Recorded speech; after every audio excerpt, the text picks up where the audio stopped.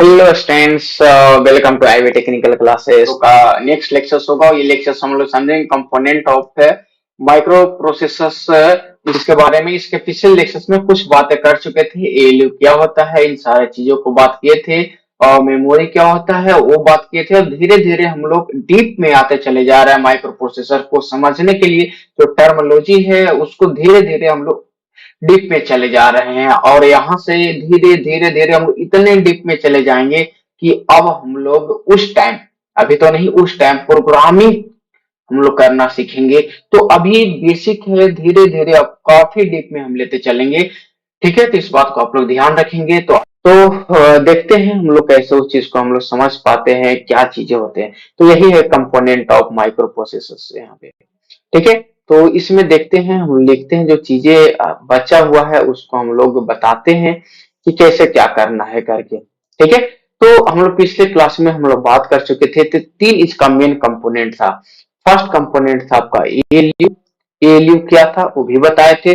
दूसरा बताए थे कि सीयू क्या होता है। और तीसरा बताए थे रजिस्टर। क्या बताए थे? रजिस्टर एरे या फिर रजिस्टर भी इसको बोला जाता है। बस यही तीन कंपोनेंट को मिला करके माइक्रो प्रोसेसर बना दिया जाता है। बस यही तीन कंपोनेंट मिला करके माइक्रो प्रोसेसर यूपी बनाया जाता है। इधर तो कुछ नहीं है, इधर ये इनपुट है, ये आउटपुट इधर हो जाएगा, इधर मेमोरी हो जाएगा। तो इधर तो कुछ है नहीं, ये सब तो पेरिफेरल है। यानी ये मेमोरी में एक रैम हो जाएगा, एक रोम हो जाएगा। बेसिक स्ट्रक्चर्स आपको एक बना दिए। ये तो अगर हम लोग बात करें तो ये माइक्रो कंप्यूटर हो गया। ठीक है, तो ये माइक्रो कंप्यूटर का बेसिक स्ट्रक्चर्स पहले क्लास में भी हम बताए थे, इस क्लास में भी आपको बता रहे हैं। ठीक है, इसके आने वाला जो नेक्स्ट लेक्चर होगा उसका नाम होगा कॉन्सेप्ट ऑफ माइक्रो प्रोसेसर। और ये काफी मजेदार होगा। यहाँ पे हम माइक्रो प्रोसेसर का असल में क्या यूज होता है वो देखेंगे। यहाँ पे उसी कंसेप्ट को जाने का भी हम बेसिक बिल्डअप कर रहे हैं कि कौन चीज क्या होता है। और यहाँ पे हम लोग चीज को समझेंगे। हो सकता है कि सब जो टर्म यूज कर रहे हैं इसका रिपीटेड वहां भी देखने को आपको मिलेगा, लेकिन चीजें यही होंगे। बशर्ते कि उसका मतलब और उसका तौर तरीका हर एक चीज अलग होगा। तो अगला लेक्चर काफी इंपॉर्टेंट होने वाला है और वो सारे आपको एप्लीकेशंस पे अपलोड होंगे। ठीक है, ये बेसिक चीजें था, आपको ऐप पे दे दिया गया है। ये यूट्यूब पे अब बाकी चीजें आपको एप्लीकेशंस पे अब मिलेंगे। तो आप लोग जो भी स्टूडेंट अभी तक परचेज नहीं किए हैं वो कोर्स को परचेज कर लेंगे, क्योंकि अगला लेक्चर एप्लीकेशंस पे हम लोग को मिलने वाला है। ठीक है, तो ये बेसिक चीजें को हम लोग और डीप में समझते हैं कि एलयू होता क्या है। तो ALU stand for arithmetic and logic unit, या फिर अर्थमेटिक एंड लॉजिक यूनिट। यहाँ से एक नंबर एमसीक्यू में पूछता है ऑलवेज के एएलयू स्टैंड्स फॉर क्या होता है या एएलयू का काम क्या है। ठीक है, यहाँ से लेकर के जेई लेवल तक हर जगह क्वेश्चन पूछ जाता है। और ये अर्थमेटिक ऑपरेशन और लॉजिकल ऑपरेशंस को परफॉर्म करता है। किस फॉर्म में? तो बाइनरी डेटा के फॉर्म में ये सारा काम करेगा। तो इस चीजों को भी आपको ध्यान में रखते हुए आगे हम लोग को काम करना है। अर्थमेटिक करने का मतलब क्या होता है? प्लस काम करेगा, माइनस कम करेगा। यहाँ पे मल्टीप्लीकेशन नहीं होगा, माइक्रो प्रोसेसर में मल्टीप्लीकेशन नहीं होगा। वो मल्टीप्लीकेशन कैसे करेंगे वो हम आपको तौर तरीका बताएंगे। इंक्रीमेंट यहाँ पे हो सकता है, डिक्रीमेंट यहाँ पे हो सकता है। ये सब तौर तरीके जो ये चीजें हैं आपको अर्थमेटिक ऑपरेशन में देखने को मिलेंगे। लॉजिकल ऑपरेशन में जो आप लॉजिक गेट में जो गेट पढ़ करके आए हैं, तो थर्ड सेमेस्टर में बेसिक इलेक्ट्रॉनिक्स पढ़े होंगे, या फिर फर्स्ट सेमेस्टर में ट्रिपल ई पेपर पढ़े होंगे, वहां पे चीजें पढ़े होंगे। आप लोग को और गेट क्या होता है, एंड गेट क्या होता है, तो यहीं पे और ऑपरेशन पढ़ना है, एंड ऑपरेशन पढ़ना है, एक जोर ऑपरेशन पढ़ना है। तो ये सब ऑपरेशन आपको यहाँ पे पढ़ना है। ठीक है, तो ये सब चीजों को हम लोग देखेंगे आगे चल करके, अभी नहीं। ठीक है, अभी बस इतना ही। ठीक है, इसके बाद हम लोग और देखेंगे कि इसके जो चीजें हम लोग रजिस्टर की बात किए, सीयू की बात किए, कंट्रोल यूनिट के जो बात किए, ये है ना सीयू का मतलब कंट्रोल यूनिट। तो सब क्या होता है, ये लोग देख लीजिए इसका काम क्या है। सीयू अब देखते हैं, उसके बाद रजिस्टर देखेंगे रजिस्टर का काम क्या है। ठीक है, तो इन सारे को देखने के बाद हम लोग आगे की ओर मूव करेंगे। ठीक है ना, सब देखने के बाद आगे की ओर हम लोग मूव करेंगे। तो यहाँ पे रजिस्टर देखते हैं कि रजिस्टर क्या होता है। रजिस्टर कुछ नहीं है, ये डेटा को स्टोर करता है। किस फॉर्म में? टेम्पोररली। ठीक है, टेम्पोररली मतलब आपको पता है, परमानेंट नहीं, ये टेम्पोररी। जब हमको जरूरत होगा किसी काम को परफॉर्म करना होगा तब। इसका बेसिक एग्जांपल समझ, रजिस्टर होता क्या है। ये एक छोटा स्टोरेज एलिमेंट है जो कि बेसिक 8 बिट या फिर 16 बिट के चीजों को ये स्टोर कर पाएगा। सबसे पहले सिस्टम हम लोग समझेंगे कैसे, तो एक एग्जांपल आपको बताते हैं। जैसे कि एक आपका पैकेट है, ठीक है, एक बैग है, एग्जाम्पल पहले भी बताया होगा फिर बता रहे हैं।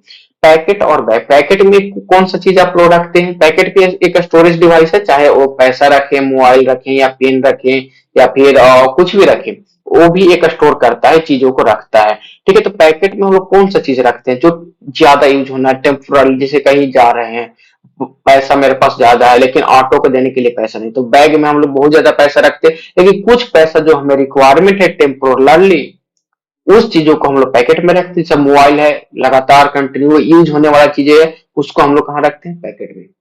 ठीक है, एक कॉपी किताब है, कहाँ पे यूज होता है? क्लास में, इसका एक स्पेसिफिक काम है, क्लास में यूज होगा, तो हम लोग कॉपी और किताब को बैग में रख देते हैं। तो ईच रजिस्टर वही चीज होता है, इसमें ज्यादा चीजों को नहीं स्टोर किया जा सकता है, बस जो रिक्वायरमेंट का चीजें हैं। इन माइक्रो प्रोसेसर में 8 बिट 16 बिट बेसिकली इतना ही हम स्टोर कर सकते हैं 8085 माइक्रो प्रोसेसर में।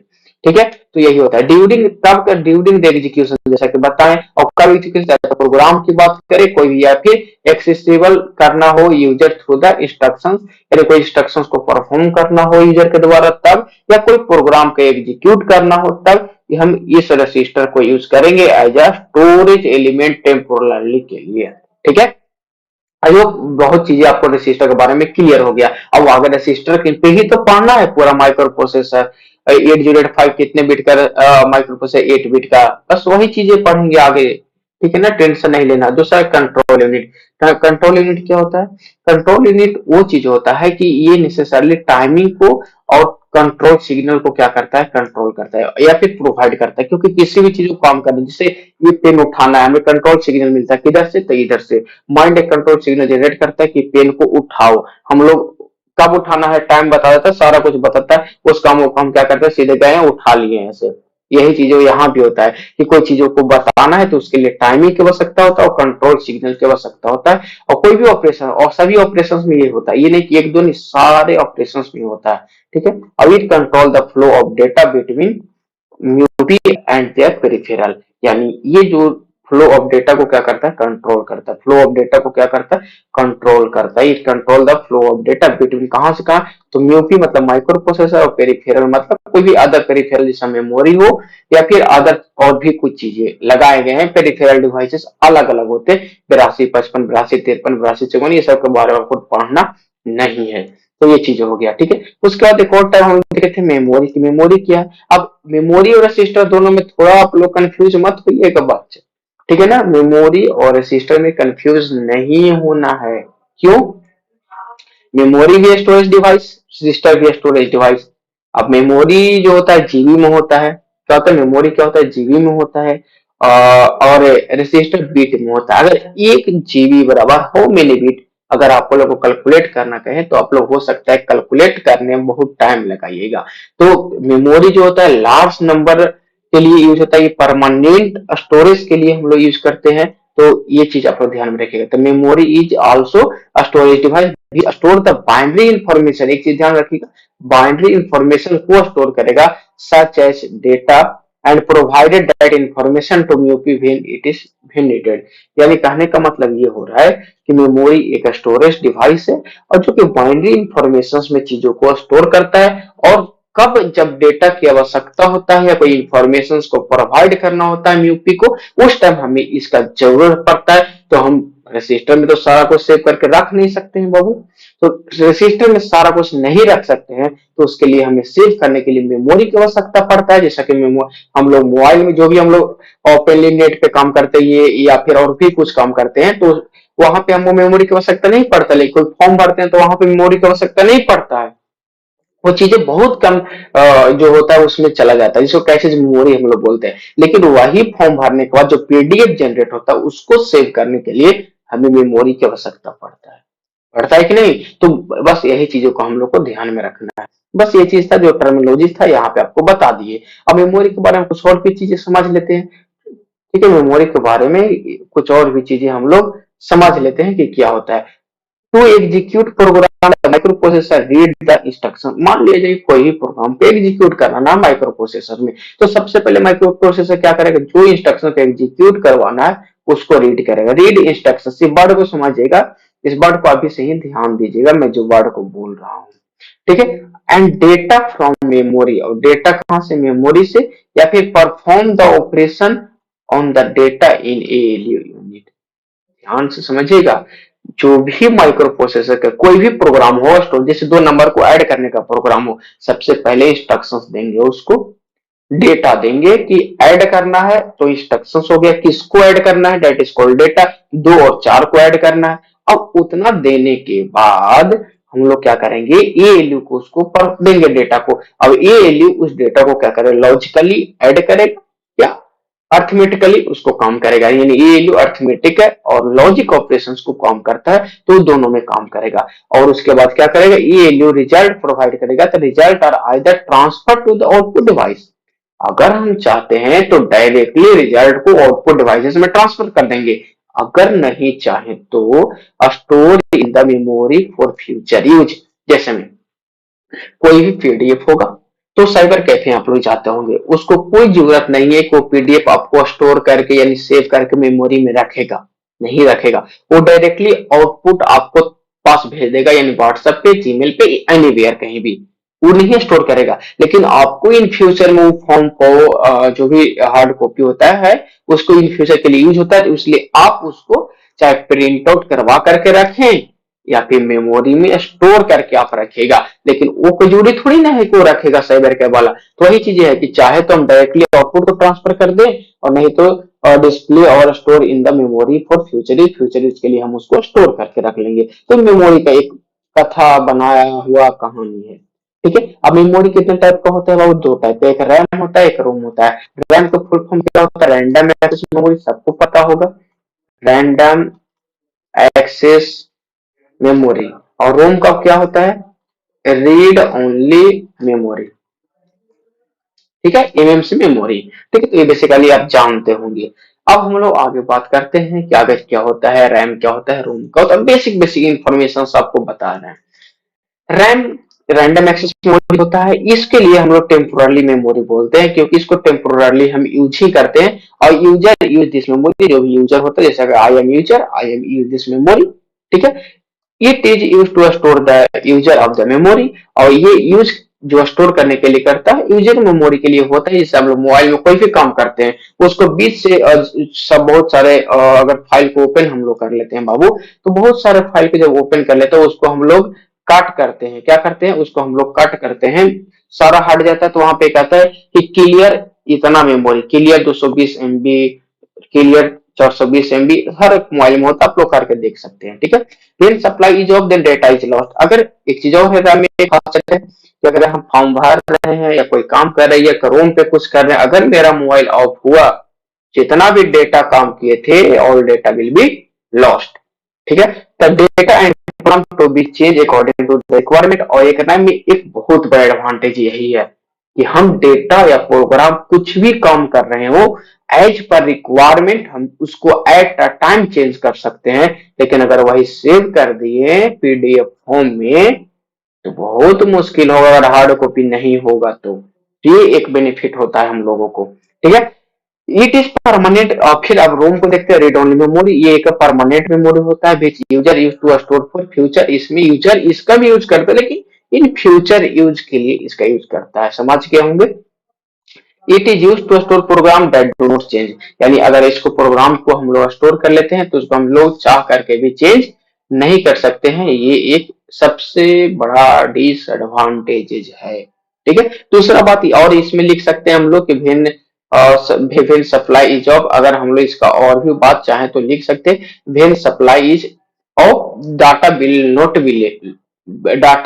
बी लॉस्ट, यानी हम लोग सप्लाई ऑफ भी कर देते हैं तो डाटा लॉस नहीं होता अगर हम लोग सेव करके रखते हैं तो। ठीक है, अब आते हैं पेरिफेरल डिवाइसेस पे, कुछ हम बात किए थे, जिसमें इनपुट डिवाइसेस है, आउटपुट डिवाइसेस है, एनी अदर और भी बहुत सारा डिवाइसेस आपको मिल सकता है। तो इनपुट डिवाइसेस में क्या होता है, transferring binary information from outside world to the microprocessor, यानी इनपुट हम देते हैं। जैसा कि अगर इनपुट आपको दिखाएं हम यहाँ पे, तो देखो ये सबसे बेस्ट एग्जांपल अगर इनपुट को होगा तो यही होगा। इससे हम किसी डेटा को हम लोग परफॉर्म करते हैं, किसी भी डेटा को अगर हम लोग यहाँ से इंटर करते हैं तो डेटा को इंटर करते हैं तो बाइनरी फॉर्म में किसके पास जाता है, तो प्रोसेसर होता है उसके पास जाते हैं। तो ये आउटसाइड से हम लोग दे रहे हैं, माइक्रो प्रोसेसर का आउटसाइड वर्ल्ड है, इसके से हम लोग दे रहे हैं, किसको, माइक्रो प्रोसेसर को दे रहे हैं, इसको इनपुट डिवाइसेस हम लोग बोलते हैं। ठीक है, माउस भी इसमें होता है, कीबोर्ड माउस एग्जांपल में है। ठीक है, आउटपुट डिवाइसेस को बोलते हैं कि माइक्रो प्रोसेसर्स के द्वारा हम लोग बाहरी चीजों को देते हैं। उसका एग्जांपल क्या हो सकता है, एलईडी बल्ब हो सकता है, मॉनिटर हो सकता है,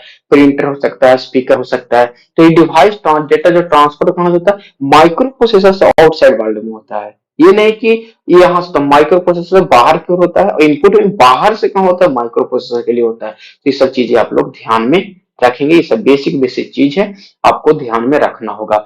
फिर आता है हम लोग, कुछ बसेस होते हैं जो यूज होता है इसमें। तो बसेस क्या होता है, ग्रुप ऑफ वायर और line is that copy the information, यानी हम लोग बस उसको बोल सकते हैं group of wire is called बस। यानी ये एमसीक्यू में पूछा जाता है कि बस स्टैंड्स फॉर, तो group of wire is called बस। ठीक है, यहाँ पे दो तीन बस, एक सिस्टम बेस पढ़ना है, एक एड्रेस बस पढ़ना है, दूसरा डेटा बस पढ़ना है। और अगर यहाँ पे ये देखिए, अब बताते हैं एक और, यहाँ पे देखिएगा, एक यहाँ पे कंट्रोल बस भी पढ़ना है। क्या पढ़ना है, कंट्रोल बस, ये ध्यान में रखिएगा। ये सिस्टम बस के अंतर्गत में इन सारे आता है। सिस्टम बस के अंतर्गत में एड्रेस बस आता है और डेटा बस आता है, कंट्रोल बस आता है। यानी अब डेटा बस को क्या होता है, एड्रेस बस क्या होता है, इन सारी चीजों के बारे में हम अगले लेक्चर्स में काफी डीपली में बात करने वाले हैं। तो सिस्टम बस बोलते हैं ग्रुप ऑफ वायर और line use for common between the micro processor peripheral. अभी पेरिफेरल समझे, माइक्रो प्रोसेसर समझे, इन दोनों को बीच में को जो कनेक्शंस के लिए जो हम वायर का यूज करते हैं उसी को सिस्टम बस बोला जाता है। यानी हम लोग बात करें कि ये अगर म्यूपी है, ये और ये कीबोर्ड है, ये म्यूपी है, यहाँ से यहाँ कनेक्शन जो हम लोग करते हैं, दिस इज कॉल्ड सिस्टम बस। इसी को हम लोग क्या बोलते हैं, सिस्टम बस बोलते हैं। ठीक है, इसी को हम लोग क्या बोलते हैं, सिस्टम बस बोलते हैं। इसी को हम लोग बोलते हैं सिस्टम बस। ये क्या होता है, सिस्टम बस होता है। इस बात को आप लोग ध्यान में रखिएगा, इसको हम लोग सिस्टम बस बोलते हैं। ठीक है, एड्रेस बस क्या होता है कि ये कैरी करता है एड्रेस को। ठीक है, ये कैरी करता है एड्रेस को, जो कि एक यूनिक लोकेशन से, यूनिक एड्रेस से, यूनिक लोकेशन से, यूनिक मेमोरी एड्रेस से, कहाँ पे बाइनरी पैटर्न को यूज करते हुए उसको आइडेंटिफाई कर करके मेमोरी लोकेशन और इनपुट डिवाइसेस से वो एड्रेस को कैरी करता है। अब एड्रेस क्या होता है सर, तो आप जहां रह रहे हैं वो एड्रेस है, आप डेटा है। तो आप जहां रह रहे हैं वो एड्रेस है, उसी तरीके से कोई भी डेटा या कोई भी प्रोग्राम दिया जाता है तो बिना एड्रेस के नहीं दिया जा सकता है माइक्रो प्रोसेसर में। आगे हम बात करेंगे, अगला लेक्चर्स में काफी इंपॉर्टेंट आगे का लेक्चर्स होगा हम लोगों को, तो उस लेक्चर्स में और भी हम बातें को करेंगे। ठीक है, उसके बाद डेटा बस क्या होता है, ये क्या करता है, data bus use to provide transfer data between memory and mu P and IO का मतलब इनपुट आउटपुट डिवाइसेस होता है एंड प्रोसेसर। यानी डेटा कहीं से भी कहीं जा सकता है, इसलिए डेटा को बाई डायरेक्शनल बोला जाता है। डेटा को क्या बोला जाता है, बाई डायरेक्शनल, जबकि एड्रेस बस को यूनिडायरेक्शनल बोला जाता है, क्योंकि ये यूनिक काम करता है। इस बात को आप लोग ध्यान में रखिएगा। एड्रेस बस होता है आपका यूनिक। एक चीज और कि ये 085 जो हम लोग पढ़ेंगे, तो यहाँ पे एड्रेस बस जो यूज होगा वो 16 बिट का यूज होगा बाबू, और डेटा बस जो यूज होगा ये 8 बिट का यूज होगा। और ये एमसीक्यू के लिए काफी इंपॉर्टेंट है, एमसीक्यू के लिए काफी इंपॉर्टेंट है। तीसरा होता है, एक और बात किए थे, कंट्रोल बस। ये कंट्रोल बस क्या करता है, कंट्रोल करता है, इसमें कुछ चीजें को रीड राइट के लिए हम यूज करते हैं, ये भी हम लोग आगे बात करने वाले हैं। तो ये बेसिक इतना चीजें था, आप लोग ध्यान देंगे, इतना चीजों को रखेंगे। अगला हम लोग का जो क्लास होने वाला है कंसेप्ट ऑफ माइक्रो प्रोसेसर्स का होने वाला है, तो इस बात को आप लोग ध्यान में रखेंगे। कंसेप्ट ऑफ माइक्रो प्रोसेसर्स का होने वाला है, वो काफी इंपॉर्टेंट होगा, वो एप्लीकेशन पर होगा। तो अपने सारे दोस्तों को बता दीजिएगा आईबी टेक्निकल क्लासेस के बारे में, वो चीजें आपको भी फायदा होगा, अपने दोस्तों को फायदा होगा। ठीक है, तो इसी के साथ इस सेशन को हम समाप्त करते हैं और मिलते हैं हम लोग अगले लेक्चर्स में। तो इस लेक्चर्स के लिए इतना ही। Thank you everyone.